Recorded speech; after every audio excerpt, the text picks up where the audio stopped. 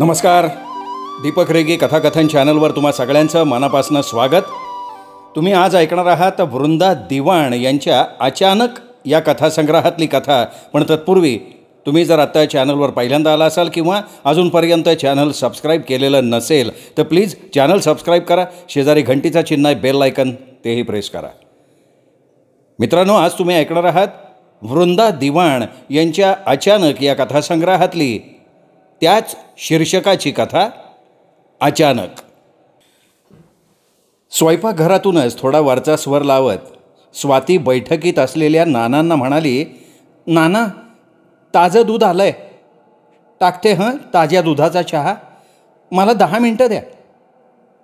आणि ती तिच्या सकाळच्या घाईच्या कामाच्या वेळेला भिडून गेली.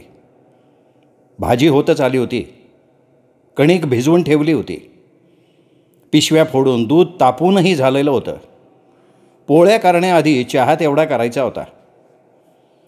ताजं दूध आलं की स्वाती, नाना आणि वासंतीबाई असे तिघं ताज्या दुधाचा चहा घेत. हा तसा रोजचाच पण महत्त्वाचा कार्यक्रम होता आणि तिघांच्या सवयीचा. नानांना एकूणच चहा फार प्रिय होता. त्यांना चहा तसा दिवसाच्या कुठल्याही वेळी कुणीही दिलेला चालत असे. त्यांच्या भाषेत घोटभर धे असं ते म्हणत, पण त्यांना अर्धा पाऊण कप चहा चालून जायचा. ते मायेनं चहाचा कप देणाऱ्याच्या हातात न घेत नजरेनंच चहा देणाऱ्याला थँक्स म्हणत आणि गरमागरम चहाचा कप तोंडाला लावेत. तहसील कचेरीत वयाची 30-35 वर्ष कारकुनी केलेली होती. दिवसभर थोडा थोडा चहा होतच असावा. ती सवय लागून गेलेली देहाला मनाला, एवढं खरं. एक चहा सोडला तर नानांना दुसरा कसलाच नाद किंवा व्यसन नव्हतं. फक्त अलीकडे त्यांना सकाळ संध्याकाळ भटकून यायला आवडे. यादवाडकर, निंबाळकर आणि काणे हे त्यांचे मित्र. चालत जाण्यासारख्या अंतरावर राहणारे. नाना त्यांच्याकडे जात. खूपदा सर्वजण मिळून तळ्याकाठच्या गणपती मंदिरापर्यंत जाऊन यायचे. वडाच्या झाडाखाली बाकडी होती 3-4 ठेवलेली, तिथे ही मंडळी गप्पा मारत बसत. 7:30-8 वाजण्याच्या सुमाराला उठून बाकांवरनं सगळे घरी परतत. पण हे सगळं संध्याकाळी 6 ते 8च्या दरम्यान. रोजच असं नाही, पण आठवड्यातनं 2-3 वेळेला तरी तिकडे जातच. यादवाडकरांचं घर मोठं होतं. त्यांची बैठकही स्वतंत्र होती. मुलगा वकील असल्यामुळे त्याची वेगळी मोठी बैठक होती. तिथे यादवाडकरांकडे ही मंडळी खूपदा बसत मैफलच रंगायची तिथे, तीही तब्येतीनं. सगळेजण निवृत्तच झालेले होते. मुलं त्यांची नुसती मोठी झालेली नव्हती शिक्षण घेऊन, तर कमावत सुद्धा होती, बस्तान बसलेली होती. त्यामुळे यादवाडकर निश्चिंत असत. स्वाती चहाचा भरलेला कप घेऊन बैठकीत आली तर तिला नाना बैठकीत दिसले नाहीत. नाना, अहो कुठे आहात तुम्ही? चहा झाला ना माझा. तिच्या या हाकेवर कुठून काहीही प्रतिसाद आला नाही. तिला नवल वाटलं. 2-5 सेकंद ती अवघडून उभी राहिली. भिरी भिरी नजरेनं त्यांना शोधत राहिली, मान आणि डोळे वळवून वळवून. अंगणात बघितलं नानांना, फाटकाशी बघितलं. आत कब्बशीसह वळून ते डाव्या बाजूच्या वासंतीबाईंच्या खोलीकडे येत म्हणाली, आई, अहो नाना आलेत का हो इथे? मी चहा टाकतीये म्हणाली होती त्यांना. त्यांना ऐकायला गेलं का नाही माहिती. अगं, हल्ली ना स्वाती यांचा नादिष्टपणा वाढत चाललाय. विशेषतः यांची 70 ओलांडल्यापासून. त्यांना हवं ते त्यांना तसं बरोबर ऐकायला येतं. काही सांगू नकोस त्यांचं. वासंतीबाईंचा गुडघेदुखीमुळे किरकिरीचा स्वर लागला होता. सततच्या होत असणाऱ्या शारीरिक वेदनेचा तो मनावर झालेला परिणाम असावा. कुणी आपल्याकडे लक्षच देत नाही म्हटल्यावर तर त्यांना फारच वेदना होत असत. मोठ्यानं कणून त्या वेदनांना वाट करून देत असाव्यात. पण ऐकणाऱ्यांना मात्र त्यानं अडथळा होत असे. याचं त्यांना भान होतं का नाही कोण जाणे. दुखण्याची ही सवय होता होता माणसाला करमणूकही होत असावी असं अलीकडे स्वातीला वाटायला लागलं होतं. तिने कब्बशी ओट्यावर ठेवली, गॅसवर तवा ठेवला, पोळपाट लाटणं पुढ्यात घेतलं आणि ती पोळ्या लाटायला लागली भराभरा. 15-16 तरी पातळ मोठ्या पोळ्या तिला लाटाव्या लागत. मुलंही मोठी होत होती. प्रणव 12 वर्षांचा होता आणि अश्विनी 9 वर्षांची. मुलांच्या भुका वाढत होत्या. हे त्यांचं वाढीचंच वय होतं ना. तोच आंघोळ करून वसंता टेबलाशी आलाच. स्वाती, अगं आज पूजेचं तू बघतेस का? मला 10ला ना एक अर्जंट मीटिंग आहे, मी जेवतो आणि निघतो, असं म्हणत त्यांनी पान घेतलं स्वतःचं. स्वाती म्हणाली, हो करीन की पूजा. अहो नाना दुसऱ्या ताज्या दुधाचा चहा न घेता आज असे कसे घराबाहेर पडले? कुठे कुणाकडे जातोय हे त्यांनी ना मला सांगितलं ना आईंना. प्रणव आणि अश्विनी वर माडीवरच आहे. वरती पण मी तशी चक्कर टाकून आले हो, पण तिथे मुलांपाशी नाही आहेत, ती काळजीनं म्हणाली.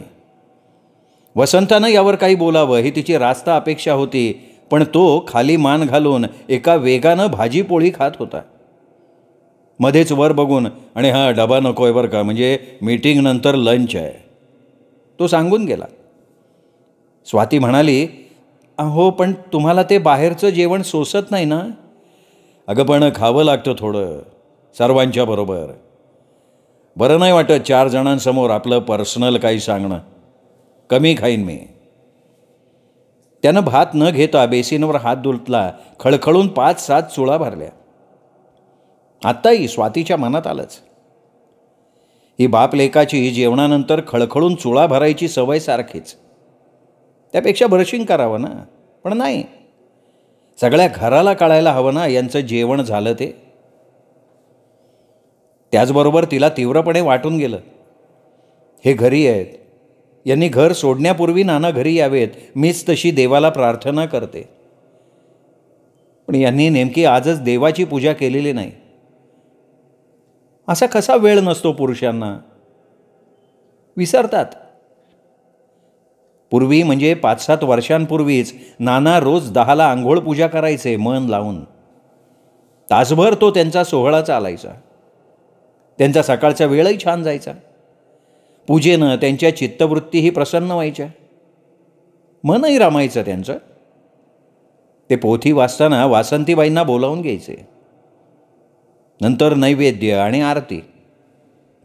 मग कपडे बदलून उरलेला पेपर बैठकीत खुर्चीवर मांडी घालून बसून वाचायचे. थोडा रेडिओ, थोडा वेळ टी व्ही असायचाच, पण ते टी व्ही बघण्यात फार रांगायचे नाहीतच. डोळ्यांवर ताण येतो म्हणायचे. तुम्ही त्या टी व्हीचा आवाज फार मोठा करता म्हणायचे. वसंता तयार होऊन बाहेर आला. स्वाती स्वतःच्याच विचारात मग्न होती. येतो ग मी, आई निघतो ग मी, असं म्हणून त्यांनी वासंतीबाईंच्या खोलीकडे तोंड केलं आणि तो निघणार तर स्वाती म्हणाली, अहो आता निघताना तुझं काय नवीन? आणि कसला विचार करतेय स्वाती, तुझा चेहरा असा का? अहो 2 तास झाले नाना अजून घरी परतलेच नाही आहेत, हे तुमच्या लक्षात आलं नाही का? मी मगाशीच सांगितलं होतं तुम्हाला, तुम्ही. तिला भीतीच वाटून गेली. कशाची हेही तिला सांगता येईना. अगं आले असतील की नाना घरी, बैठकीत असावे ते बघतो मी, असं म्हणत वसंता बैठकीत आला. नाना एखादी वस्तूच असावेत असं त्यांनी बैठकभर शोधलं. पडद्यामागे बघ, बाहेर अंगणात बघ, बघितलं. अहो जाता जाता यादवाडकरांकडे बघता का? असतील नाना त्यांच्याकडे, तर घरी पाठवून द्या. सांगा मी वाट बघतेय त्यांची. चहा करून ठेवलाय ताज्या दुधाचा त्यांच्यासाठी. मी पण चहा घेतला नाही हे मात्र तिने वसंताला सांगितलं नाही. त्या बोलण्याला त्यावेळी काही अर्थ नव्हताच. लगबगीनं घराबाहेर पडणारा वसंता बेचैन झाला. अगं संडासमध्ये बघ ना, हल्ली त्यांना विस्मरण फार होतं असं वाटतंय, तो म्हणून गेला आणि चपापला स्वतःशी. सगळं नीट तर चाललंय असं वाटत असताना हे असं अचानक काय अजब घरात घडून जातंय.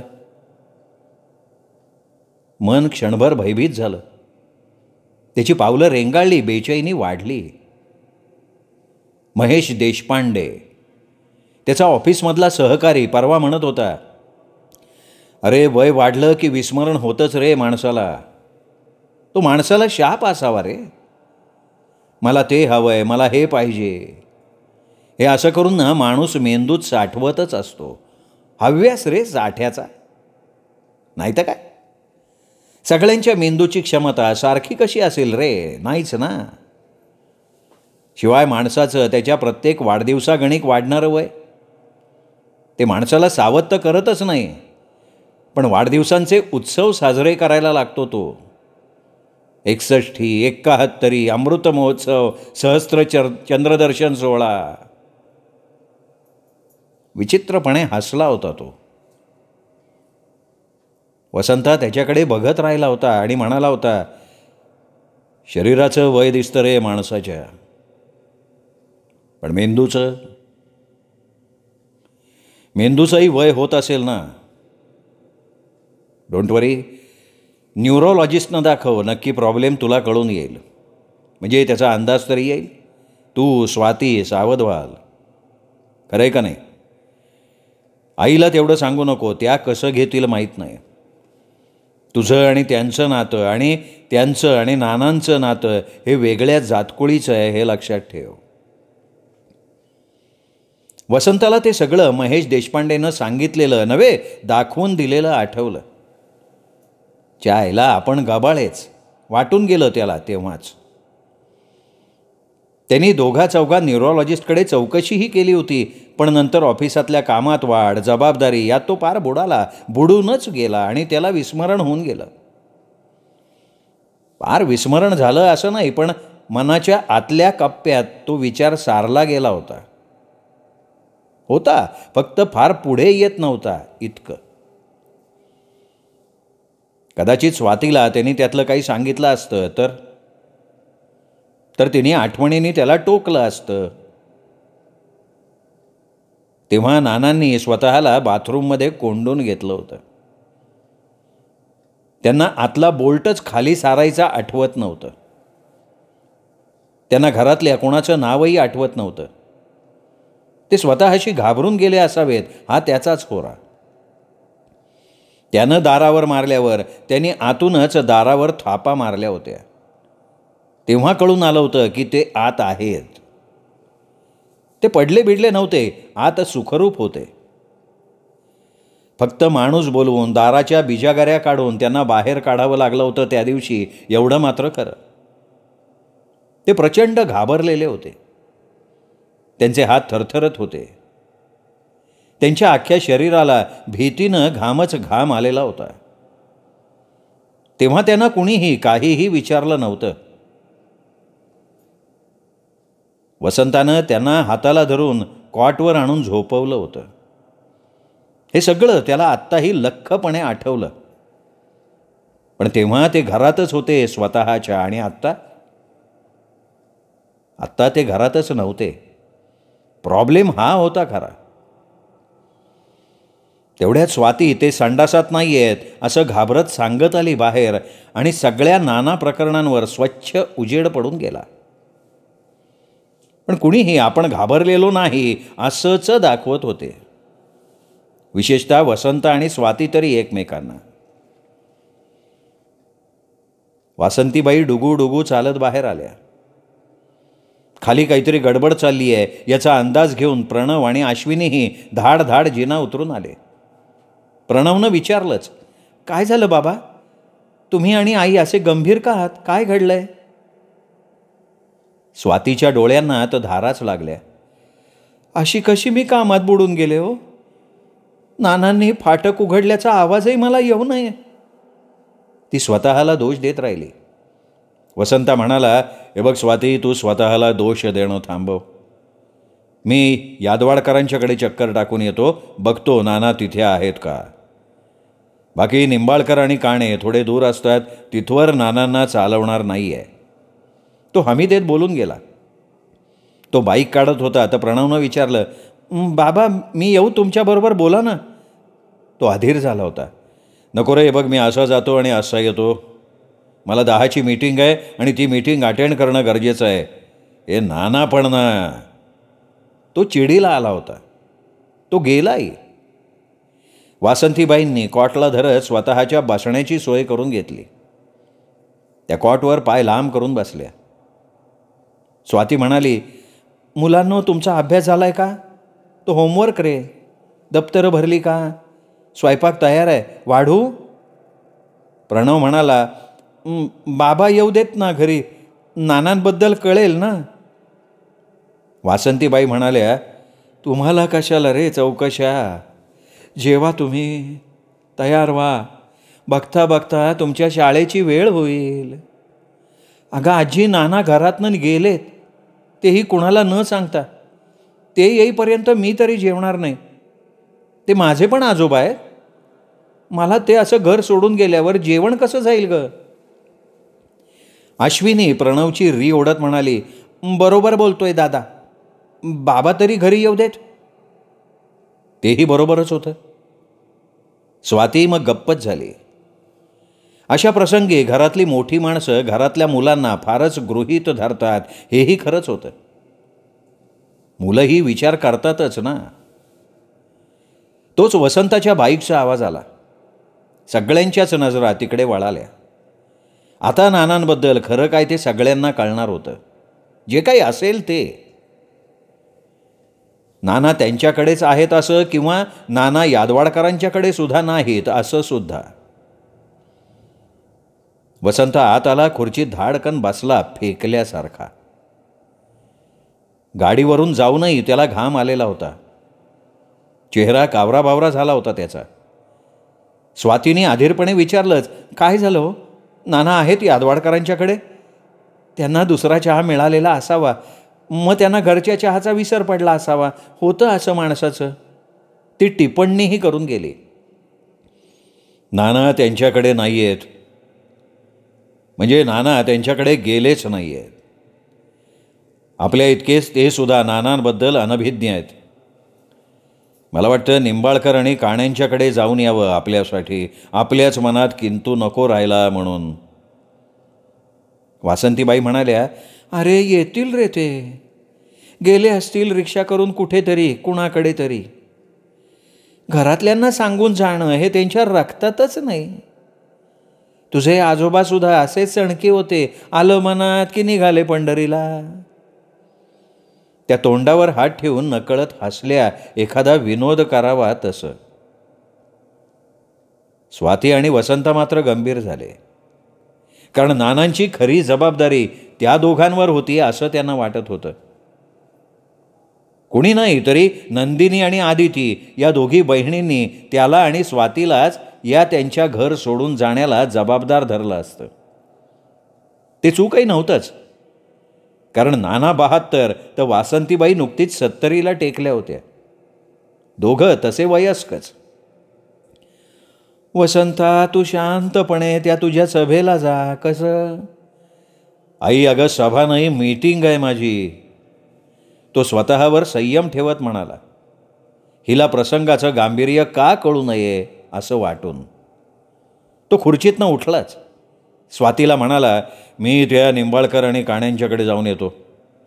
तसाच पुढे त्या तळ्याजवळच्या गणपतीपर्यंत सुद्धा. उशीर नको उगाच आपल्याकडनं. उगाच चक्कर रे तुला. ते येतील रे घरी. एखादा तास इकडे का तिकडे. हां, बघच तू येतील. तू जाशील आणि ते घरी हजर होतील. तेही हसत हसत मुलांसाठी केळी नाहीतर संत्री घेऊन येतील येताना नेहमीसारखं. त्या खात्रीनं बोलत होत्या. वसंताला तर आश्चर्य वाटत होतं की ही सहधर्मचारिणी अर्धांगिनी बाबांची आणि हीच एवढी शांत निश्चिंत असावी. वसंताला हे नवच कोडं पडून गेलं. त्याला तर वाटलं होतं आई टाहू फोडून रडेल, घर डोक्यावर घेईल, घरात सकाळीच रडापडी होईल. पण यातलं तसं काहीही घडलं नव्हतं. त्याला आश्चर्यच वाटून गेलं. ती तटस्थपणे नाही तर सहजतेनं नानांचं हे घर सोडून जाणं बघत होती. एखादा परकासुद्धा हळहळला असता. पण आई कमालीची शांत. तो तिचा स्वभावच असावा असा. पण तशी ती नव्हती हेही त्याला ठाऊक होतं. हे तिने पांघरलेलं उसनं अवसान असावं, निदान त्या प्रसंगापुरतं तरी, किंवा एका वयानंतर माणसाच्या अतितीव्र भावना संवेदना या त्याच्या नकळत बोथट व्हायला लागतात का, तेही त्याला उमगत नव्हतं. तोच गोंधळून गेला. त्यांनी ऑफिसात फोन लावला, तोही महेश देशपांडेला. त्याला थोडी नानांच्या विस्मरणाची कल्पना होती. ती जवळजवळ 7-8 महिन्यांपूर्वी घडून गेलेली घटना, त्याबद्दल त्याच्याशीच तर बोलला होता ना तो. त्यामुळे तोच योग्य आहे समजून घ्यायला आत्ताची परिस्थिती, अशी त्याची भावना होती, निदान आत्ता तरी. हां हॅलो, महेश म्हणाला. लगेच म्हणाला, अरे बोल की वसंता, तुला थोडा उशीर होणार आहे का पोहोचायला? ये तू. अरे अजून मीटिंग सुरू झालेली नाही आहे आणि बॉससुद्धा यायचा आहे. अरे नाही रे, मी घरीच आहे. आईला काय बोलतोयस काय? कधी पोचणार आहेस तू इथे? अरे घरी एक प्रॉब्लेम झाला आहे. कसला? काय आई पडल्या आहेत का अजून काही वेगळंच?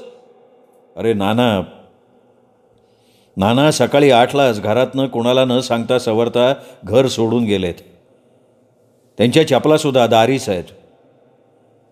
स्वाती, आई आणि नाना रोज आजच्या सुमाराला ताज्या दुधाचा चहा घेतात. मग नाना कधी अंगणात चक्रा मारतात किंवा यादवाडकर काकांच्याकडे जातात. फार नाहीच पुढे, पण आज ते असे अचानकच. त्याचा कंठ दाटून आला. डोळ्यांच्या कडा ओलावल्या, ओठ नुसते थरथरत राहिले. मग महेशच म्हणाला, अरे असतील कुठेतरी, कुणाकडे तरी. हे बघ, असा बावरून जाऊ नकोस. येतील घरी थोड्या उशिरानं, बिलीव्ह मी. तो शब्दांनी स्पर्श करत राहिला त्याला. वसंतानं फोनच कट करून टाकला, ठेवूनच दिला. आपण फारच गाफील राहिलो का नानांबाबत, असंही मनात येऊन गेलं त्याच्या. स्वाती त्याच्या जवळ आली आणि त्याच्या पाठीवर त्याच्यापेक्षा मोठी होऊन हात फिरवत राहिली, स्पर्शानं त्याला समजावत. येतील हो नाना, मलाही विश्वास वाटतोय, ती म्हणून गेली. तिला वाटून गेलं, आपण किडामुंगीसुद्धा चिरडत नाही, त्यांना त्यांच्या वाटेनं जाऊ देतो. मग कोण कशाला आपल्या वाटेत येऊन आपल्या भावनांना चुरगळून फेकून देईल? वासंतीबाई कधीतरी त्यांच्या खोलीत हळूहळू निघून गेल्या होत्या, हे दोघांनाही कळलंही नव्हतं. सावरून वसंता म्हणाला, स्वाती, मी ती 2 घरं बघून येतो. तो एका दमानं बळ आणून उठलाच. स्वाती वासंतीबाईंच्या खोलीत डोकावली. त्या भिंतीला पाठ लावून, डोळे मिटून, हातात जपमाळ घेऊन बसल्या होत्या. त्यांचे ओठ हलत होते. स्वातीला वाटलंच, मघाशी आम्हाला धीर देत होत्या यासुद्धा आतून हादरलेल्याच असाव्यात. बहुधा यांच्याकडे बघून त्या तसं वागल्या असाव्यात. तिचाही तर्कच होता. ती स्वयंपाकघरात आली. मुलं ताट वाढून घेऊन जेवत होती. त्यांनी स्वतःचे डबेही भरून टेबलावर ठेवलेले होतेच, ते तिला दिसलं. शहाणी झाली बाळं, तिला वाटून गेलं. तिने बशी उपडी केली, कप घेऊन बेसिनवर रिकामा केला. कपबशी विसळून ठेवली साबणाचा हात लावून. या सगळ्या घटनांच्या पार्श्वभूमीवर तिला तो थंडगार चहा नानांशिवाय कसा घशाखाली उतरणार होता? नाहीच ना. तो मोरीचं धन करून ती मोकळी झाली. सगळ्या दिवसाची चव बिघडून गेली, हे मात्र खरं होतं. तो अख्खा दिवस आणि रात्र अर्धवट झोप अर्धवट जाग याच्यातच संपून गेली. पहाटे पुढे कधीतरी गार वारा सुटलेला असावा. दोघांना अर्धा तासाची गाढ झोप लागून गेली. झोप खरं तर रोजच्यासारखी झालेलीच नव्हती वसंताची, पण उठणं भाग होतं. असा किती वेळ अंथरुणातच तो तसाच पडून राहणार होता. त्याने अंगावरचं पांघरूण फेकूनच दिलं. बाहेर येऊन चुळा भरल्या, दात ब्रश केले, तोंडावर पाणी मारलं सपासपा. तो उठलेला बघून स्वाती म्हणालीच, अहो का उठला? झोपायचा अजून थोडा वेळ. ती वसंताकडे काळजीनं बघत होती. मी आजही ऑफिसला जाणार नाही आहे स्वाती, त्यांनी स्वातीला सांगून टाकलं. स्वाती, चहा टाक. स्वातीनं चहा केला. वासंतीबाई स्वाती आणि वसंतासाठी. नाना नव्हतेच. त्यांच्या जागी वसंता होता. चहाचा घोट घेऊन तो म्हणाला, आई उठली? आईचा चहा झाला का गं? आणि तिची तब्येत कशी आहे स्वाती?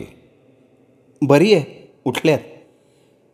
आपल्याचसारखी त्यांची पण झोप नेहमीसारखी झालेली नसावी. पण मी चौकशी नाही केली. सगळं दिसत जाणवत तर होतं. मी 2-4 दिवसांची रजाच टाकणार आहे. प्रकरण ताजं आहे तोवर तपास करायला हवा. काहीतरी छडा लागेल. हो, तेही बरोबरच आहे. पण कुठे म्हणून चौकशी करायची काही ठरवताच येत नाही आहे. असं कसं अचानक घर सोडून गेले हो नाना? तो उठला. आईकडे जाऊन येतो म्हणाला. नाना आणि आईच्या खोलीत तो आला. ते जपमाळ घेऊन बसल्याच होत्या. त्यांचे डोळे मिटलेले. तिच्या मनात काय असेल याचा त्यालाही अंदाज येत नव्हता. तो हळू आवाजात म्हणाला, आई.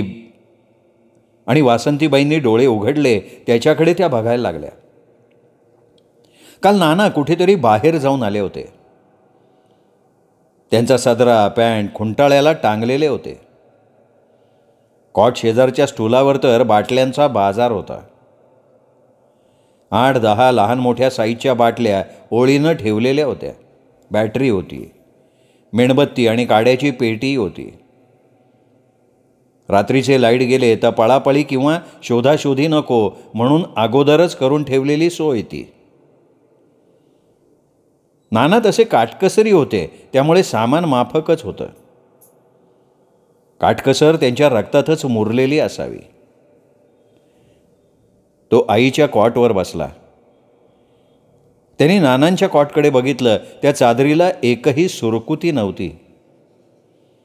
रात्रभर कोणी त्यावर झोपलेलंच नव्हतं. त्यांना स्वच्छता आणि शिस्तशीर काम करण्याची सवय होती. तो त्यांच्या खोलीत आला की आईच्याच कॉटवर बसत असे. आईचे असे शिस्तीत वागण्याचे काही कडक नियम नव्हते. मग त्याला मोकळं ढाकळं वाटत असे आईच्या कॉटवर बसायला. झोप झाली का रात्री? वासंतीबाई गप्पच राहिल्या. थोड्या वेळानं म्हणाल्या, तुझ्या जीवाला घोर नवा. काय करणार? माणूस कसा वागेल पुढच्या क्षणाला माहीत नसतं बघ वसंता. इतका 40 वर्षांचा आमचा संसार झाला, पण हे असेच अबोल. मनातलं म्हणून काही बोलणार नाहीत कुणाजवळ रे. माणूस माणसात राहून असा का बनतो माहीत नाही बघ. मी झोपेचं विचारत होतो तुला. लागली थोडी. काय करायचं रात्री उठून? त्यांच्या कॉटकडे बघत बसले, झालं. मी रजाच घेणार आहे 3-4 दिवस. थोडी शोधाशोध तर करायला हवीच ना. आत्ताच त्यांचा शोध लागण्याची लक्षणं आहेत. उशीर केला तर त्यालाही कल्पना करवे ना. यांच्या खिशात पैसे होते का? असले तर किती? भूक लागली तर ते काही खातील का? कुठल्या दिशेनं गेले ते? नगर काही आता लहान गाव राहिलेलं नाही, कितीतरी वाढलंय 4 दिशांनी. त्याच्या मनाची तगमग वाढलेलीच होती. तो उठलाच. अरे, घराबाहेर पडण्या अगोदर काही ताजं गरमागरम खाऊन जावं. माणूस कामात असला की पोटात काही ढकलण्याचं त्याला तसं भान नाही उरत. आणि तुला भूक लागली की आवरत नाही रे. या अशा परिस्थितीत हिला माझी किती काळजी वाटते हे जाणवून तो चक्रावला. तोच बाहेरून, वसंता आहेस का रे घरी? असं म्हणत यादवराव निंबाळकर आणि काळे मिळूनच वर व्हरांड्यात आले. वसंता लगबगीनं खोलीतनं बाहेर आला. या ना, या काका या. असं म्हणत त्यांनी सोफ्याकडे बोट केलं. स्वतःही बसला. काही शोध लागला का रे? यादवाडकरांनी विचारलं. नाही हो, रात्रभर ते केव्हाही घरी येतील म्हणून मी आणि स्वाती जागेच होतो आणि आईसुद्धा. कशी येणार रे झोप? प्रसंगच असा. काणेंनी परत विचारलं. परवा रात्रीच असं नाही, पण या आठवड्यात काही तुमच्या घरात वाद, भांडणाचं म्हणत नाही, पण बाचाबाची अशी काही झाली का? कशावरूनही रे, जरा आठवून बघ. काय आहे, वय झालं की माणसं हळवी होतात. त्यांचा जीव कशात अडकून राहील माहीत नसतं रे. हे घर विकायचं असं काहीतरी 8-10 महिन्यांपूर्वी म्हणत होते. हो, असं त्यांच्या मनात होतं, पण आत्ता तसं त्याबाबत काही बोलणं नाही झालं काका. म्हणजे मला तरी नाही आठवत. पण ते तयार होते त्या सौद्याला. म्हणाले होते, आम्हा दोघांची प्रशस्त रूम ठेव, थोडी बेडरूमला लागून गॅलरी असावी हवा खायला, आणि वेगळी बाथरूमसुद्धा. तसे भगवानराव फार महत्वाकांक्षी नव्हते, आणि आपली बायको, मुलगा, सून, नातवंड यात रमणारे होते. स्वातीचं तर त्यांना फार कौतुक होतं. त्याचवेळी चहाचा ट्रे घेऊन स्वातीनं बैठकीत प्रवेश केला. अगं, चहा आत्ता झाला घरी. स्वाती म्हणाली, अहो नानांनी खायला सुद्धा करायला लावलं असतं. चहा तरी माझ्यासाठी आणि त्यांच्यासाठी घ्या तुम्ही. तिने कब्बशी समोर आणल्यावर सगळ्यांना नाकारता आलं नाहीच. काका, मी या आठवड्याची रजाच घेणार आहे तपास करण्यासाठी. गावभर सकाळ संध्याकाळी भटकेन म्हणतो. बघू एक प्रयत्न करून. ते नगरात असतील तर मिळतीलच. वसंता म्हणून गेला आणि दचकला स्वतःशी. म्हणजे ते हे गाव सोडून गेले असावेत असं का मनात आलं त्याला काही कळेना. मन विचारांनी हेलकावत होतंच. त्याचा हा परिणाम असावा का अजून काही त्याच्या मनात? निंबाळकर म्हणाले, त्यांचं विस्मरण वाढलं होतं हे मलाही जाणवलं होतं बरं का. परवाच यादवाडकरांच्याकडे एका दमात तांब्या भरून पाणी प्यायले आणि थोड्या वेळानं म्हणाले, मी मगाशी पाणी प्यायलो का हो निंबाळकर, तुम्हाला काही आठवतंय का? काण्यांनी नवीनच शंका काढली. तुमच्या घराशेजारी बस थांबाय. नेमकं हे घराबाहेर पडायला आणि बस थांब्यावर येऊन थांबायला एकच गाठ पडली तर हे भगवानराव बसमध्ये अनावधानानं चढले तर नसावेत. त्यांचे डोळे विस्फारले होते. आहे, ही सुद्धा शक्यता आहे बरं का. म्हणजे असू शकते. शोध तर तू घे वसंता, पण त्यांचा फोटो, तुमच्या घराचा पत्ता, फोन नंबर घरचा पेपरला दे 2-4. फायदा होईल. होणारच नाही कशावरनं? अरे अहमदनगर काही मुंबई नाही रे. मिळतील ते. त्यांना बरेच जण ओळखतात. ती मंडळी गेली थोड्या वेळानं आणि वसंताच्या डोक्यात विचारांनी गती घेतली. त्याने हाक मारली, अगं स्वाती. ती आली बाहेर. ट्रेमध्ये कब्बशा ठेवत होती ती. काय? नानांनी त्या दिवशी कुठल्या रंगाचे कपडे घातले होते तुला स्पष्टपणे काही आठवतंय? हो, पायजमा आणि फिक्कट निळ्या रंगाचा पांढऱ्या बारीक चौकट्यांचा बुशर्ट होता त्यांच्या अंगात. नक्की? हो नक्की. आईंना विचारता का? नाही नको, ती अगोदरच दुःखी आहे. त्यात तिला नानांबाबत असं काही प्रश्न विचारायला नको. त्यांनी विषय तिथेच संपवला आणि तो सहज म्हणाला, नानांनी पायात वाहनाच घातल्या नव्हत्या. कसली घाई होती घराबाहेर पडण्याची देव जाणे. त्यात राग होता, वैताग होता आणि पश्चात्तापसुद्धा. तो सबंध दिवस पोळी भाजी खाऊन वसंता जो घराबाहेर गाडी घेऊन पडला तो संध्याकाळीच थकून घरी आला. पार देहानं मनानं चुरगळून आला आणि खोलीत पडून राहिला. त्याचा उतरलेला चेहरा बघून स्वातीनेही त्याला काही विचारलंच नाही. तसेही नाना भेटले असते तर त्यांनी घरी आणलंच असतं. पण तो योग नसावा. तो एकटाच घरी आला होता. घराबाहेर पडण्याची वेळ तरी कशी होती कोणास ठाऊक. स्वातीच्या मनात येऊन गेलं. कुठली घटिका कोण जाणे. शुभशकुनाची महती जाणवून गेली. पण त्यासाठी त्या घरात हा प्रसंग घडायला हवाच होता का? कसलं दुर्भाग्य त्यांचं आणि त्या घराचंही तिच्या मनात आलंच. कालपर्यंत हे घर वेगळं होतं. वेगळं या अर्थानं की ते इतर भोवतीच्या 4-8 घरांसारखं तिथे राहणाऱ्या कुटुंबियांसारखं होतं. सणवार पाहुणे रावळे यांचं आगत्य करणारं, लग्न होऊन सासरी गेलेल्या बहिणींचं माहेरपण करणारं, नवी पालवी संसार वेलीवर पेळणारं असं ताजं, सुखी आणि समाधानी असं घर. आई वडील, मुलगा सून आणि नातवंड एकत्र. त्यामुळे थोडी वादावादी होत असे, पण फार काळ ती मूळ धरून घरात पसरायची नाही. प्रदूषण वाढत नव्हतं मनामनात आणि नात्या नात्यात. पण काळाचे फासे वेगळे पडले आणि एक हुकुमाचा एक्का भगवान नारायणराव नगरकर उर्फ नाना हे अचानक घर सोडून घराबाहेर पडले. कशासाठी हे खुद्द त्यांनाही माहीत नव्हतं, नसावंच. कारण हल्ली त्यांना विस्मरण पडत होतं कशाचंही, आणि तेही अधूनमधून. नेहमीच नाही हे सुद्धा खरं होतं. महेश देशपांडे म्हणाला होता, ही तर सुरुवात आहे. पुढे अजून त्यांचं वय वाढेल तसं या विस्मरणाचा प्रभाव वाढेल, कमी तर होणार नाहीच रे. तेव्हा ताब्यात ठेवायचं तर तू त्यांना डॉक्टरांना वेळीच दाखव, उपचार सुरू कर. तुलाच तो फरक जाणवेल. बघ तू, उशीर करू नकोस, नाहीतर तुलाच पश्चात्ताप होईल. ते एके दिवशी घर सोडून कुठे निघून जातील हे त्यांना आठवणार नाही, तुला पेळणार नाही. या माणसांना परतीचा रस्ता आठवत नाही, स्वतःचं नाव गावसुद्धा आठवत नाही. इतकंच कशाला, तुझ्या आईचं तुझंही नाव त्यांना स्मरणार नाही. तेव्हा त्यांच्या खिशात एक छोटी डायरी ठेवत जा. त्यात त्यांचा फोटो, नाव, गाव, घर नंबर, घरातले फोन नंबर, तुझं नाव, हुद्दा सगळं लिही. काय वसंताच्या डोक्यात भिरभिरं चालू होतं. हे असं नानांबाबत घडणारच नाही, हा आपला थोडा जादा आत्मविश्वास का अहंकार आड आला माहीत नाही.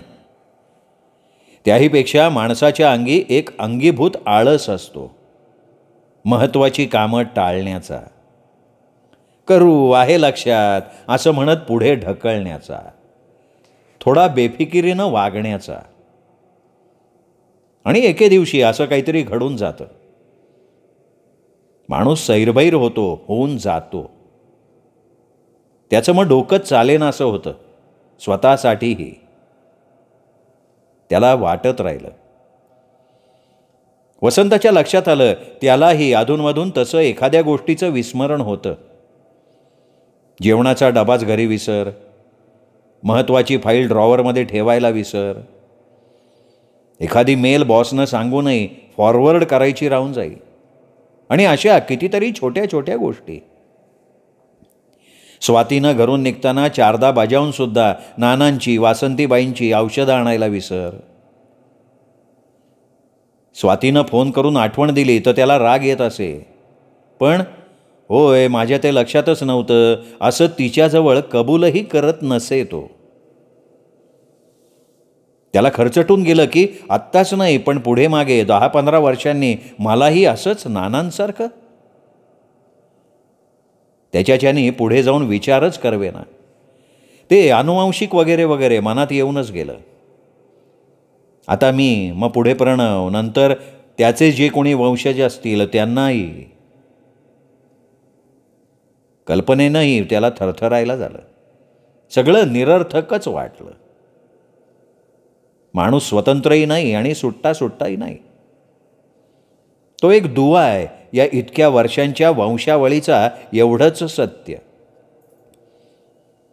मनात असे अनेक असे तसे विचार घेऊन तो अखेर घराबाहेर पडला. माणूस एकाच वेळी अशा काही प्रसंगी 3 काळात जगत असतो, भूत, वर्तमान आणि भविष्य काळात. हे 3ही काळ एकात एक नुसते मिसळलेलेच नसतात, तर त्यांचं आपसात अतूट असं नातं असतं हे त्याला आत्ता कळत होतं. आई निघण्याच्या वेळी स्वातीनं थांबा थांबा करून त्याची कॅप आणि पाण्याची बाटली आणून दिली. वर म्हणाली, आता हे का, कशासाठी विचारू नका. किती वेळ तुम्ही शोध घेणार याची ना तुम्हाला ना मलाही कल्पना. असं म्हणत तिने त्या 2 वस्तू पुढेच केल्या. तेव्हा त्यानं नाईलाजानं घेतल्या आणि निघाल्या. खूप दिवसांनी असं दिशाहीन तो भटकत होता. दिशाहीन तरी का? आत्ताही या भटकण्यामागे उद्देश होताच नानांना शोधण्याचा. ते मिळतील का नाही माहीत नव्हतं, पण आपण त्यांचा तपासच घेतला नाही किंवा शोधच घेतला नाही असं मनात राहू नये पुढील आयुष्यभरासाठी, हाही हेतू होताच. थोडासा स्वार्थी असा. शिवाय त्याच्या जन्मापासून तो त्यांना बघत होता. त्याच्या या जगात येण्याला तेच खरे कारण नव्हते का? ते वडील होते त्याचे. भिडस्त, शांत आणि सर्वसामान्य असे. फार मोठी स्वप्न नव्हती त्यांची. त्यांच्यापेक्षा त्याला वाटलं आई जास्त व्यवहारी होती, चतुरही होती, म्हणून त्यांचा संसार निभला. महिन्याचा पगार बायकोच्या हाती दिला की ते महिनाभर निर्धास्त असत. ती पानात वाढेल ते खा, तेही गोड मानून, तक्रार न करता. आम्हा मुलांना वळण आईनंच लावलं हे तो जाणत होता. 2 वाजता त्यांनी एके ठिकाणी बटाटे वडा आणि चहा घेतला. चांगला 2 कप. पुन्हा भटकंती. नानांचं वर्णन करून याला त्याला विचारणं, नकार स्वीकारत जाणं चालूच होतं. नजर भिरभिरत होतीच त्याची. 6-6:30 तो घरी परतला निराश होऊन. रात्री स्वातीनं सांगितलं, त्यांच्या मित्रांनी सांगितलं तसं 2-3 वर्तमानपत्रात बातमी द्या, फोटो, वय आणि पत्त्यासह.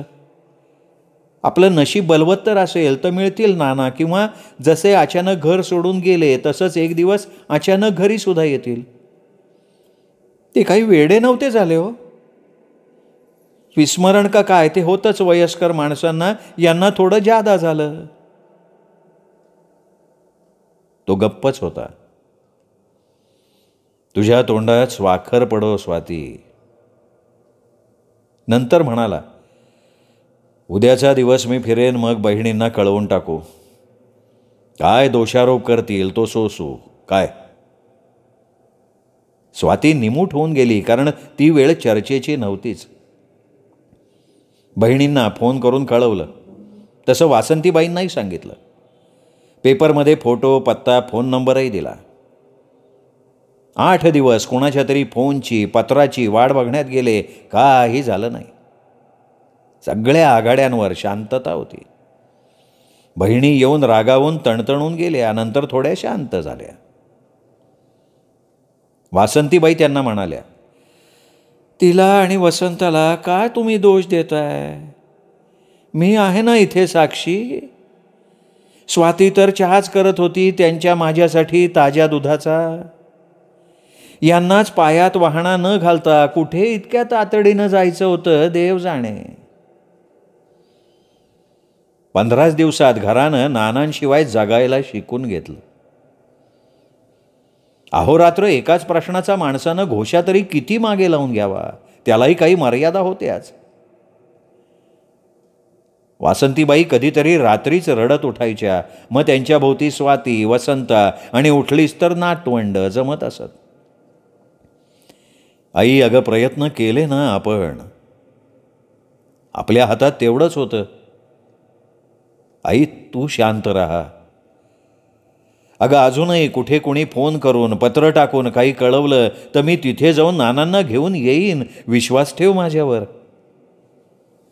त्यांनी आईच्या हातावर हात ठेवून म्हटलं, माणसाचं मन, त्याची बुद्धी चांगली सशक्त आणि कार्यरत असते तोपर्यंत त्याचं खरं आयुष्य, त्याचं जगणं असतं. यात कुठे बिघाड झाला की होत्याचं नव्हतं होतं तसं झालं होतं. 2 महिने उलटल्यावर दुपारी 3-3:30 वाजता कुणीतरी बाहेरच्या दाराची जोरानं कडी वाजवली. स्वाती आणि वसंता बाहेर आले. तो बघत होता. बाहेर फाटकाशी एक गृहस्थ उभे होते. ते बहुधा त्याला नानांच्याच वयाचे भासले आणि त्यांच्याच बरोबर नानांसारखे दिसणारे अजून एक गृहस्थ उभे होते. ते इकडे तिकडे मान वळवून वळवून बघत होते.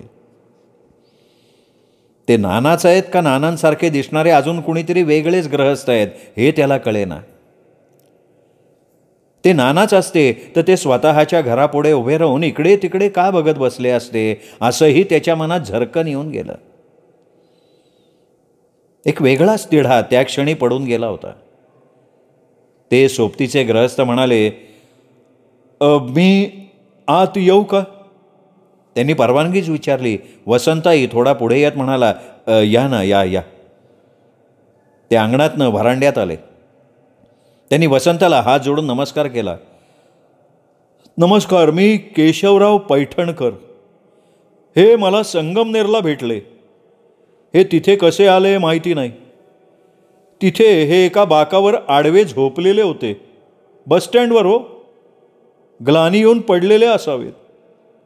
मी त्यांना निरखलं आणि मला स्मरण झालं ते तुम्ही काही महिन्यांपूर्वी पेपरमध्ये दिलेल्या त्या जाहिरातीचं. मी त्यांच्याशी बोलायचा प्रयत्न केला, पण त्यांना काही सांगता येत नव्हतं, स्वतःबद्दल सुद्धा. बाप रे, बाबा संगमनेरला कसे गेले? कमालच आहे. वसंता नवलानं म्हणून गेला. मग मी त्यांना घरी नेलं, आंघोळ घातली, माझे नवे कपडे घालायला लावले. त्यांचे कपडे फाटलेले होते. हातापायावर चेहऱ्यावर धूळच धूळ होती. त्यांना चहा दिला. मग ते थोडा वेळ आडवे झाले. नंतर जेवणही घेतलं त्यांनी. फारसं नाही, बोलत मात्र नव्हते, म्हणजे त्यांना काही आठवतच नव्हतं. मग मीच त्यांना ताबडतोब इथे नगरला आणलं. अहो, घरातलं वयस्कर माणूस घर सोडून जाणं म्हणजे काय असतं हे मी माझ्या काकांवरनं जाणलेलं होतं, तेही काही वर्षांपूर्वी. ते आठवलं मला. योगायोगानं यांच्या खिशात चिठ्ठी मिळाली, तृप्ती बंगला, बुरुडगाव रोड अशी. आता तुम्हीच यांना पारखून घ्या. हेच का तुमचे वडील? का घ्या पारखून. नाना असं म्हणून स्वाती त्यांच्याकडे झेपावली. त्यांनी अंग आक्रसून घेतलं स्वतःच. त्यांच्या अंगात त्राणच नव्हतं. या 2-2.5 महिन्यात त्यांनी काय काय भोगलं असेल कोण जाणे. स्वातीच्या स्पर्शानं मात्र त्यांचे डोळे चमकले. ते थरथर तिच्याकडे बघत राहिले. त्यांना काही आठवलं का नाही ते नाही माहिती. पैठणकर म्हणाले, मग मी काय करू? यांना परत नेऊन स्टँडवर सोडू का इथे ठेवून जाऊ? म्हणजे तुम्ही सांगा, म्हणजे मी निघायला मोकळा. जा तुम्ही आजोबा, हे नानाच आहेत, मी ओळखलं ना त्यांना. स्वाती रडत रडत डोळे पुसत म्हणाली. वसंतालाही त्यांच्या डोळ्याखाली ठसठशीत चामखेळ दिसला. तीच खूण होती त्याच्यासाठी. तो सुस्कारला. ते गृहस्थ निघाले, नमस्कार केला. वसंतानं खिशात हात घालून 500च्या 2 नोटा पुढे केल्या. नाही, नको, पैसे नको. मी पैशासाठी हे केलं नाही हो. मला कीव आली त्यांची. त्यांना त्यांची माणसं मिळाली, मला सगळं पावलं. त्यांनी वर नजर करून हात जोडले आणि ते गेले. ते बहुधा संगमनेरचेच असावेत असं वसंताला वाटलं. नानांनी ना वासंतीबाईंना ओळखलं, ना मुलांना, ना वसंताला किंवा स्वातीला. ते स्वतःच्या घरी स्वतःच्याच माणसात परक्यासारखे आणि घाबरलेले, भेदरलेले वागत आले. फार नाही, 12-15 दिवस नानानंतर जगले आणि एक दिवशी झोपेतच त्यांचा श्वास बंद पडला.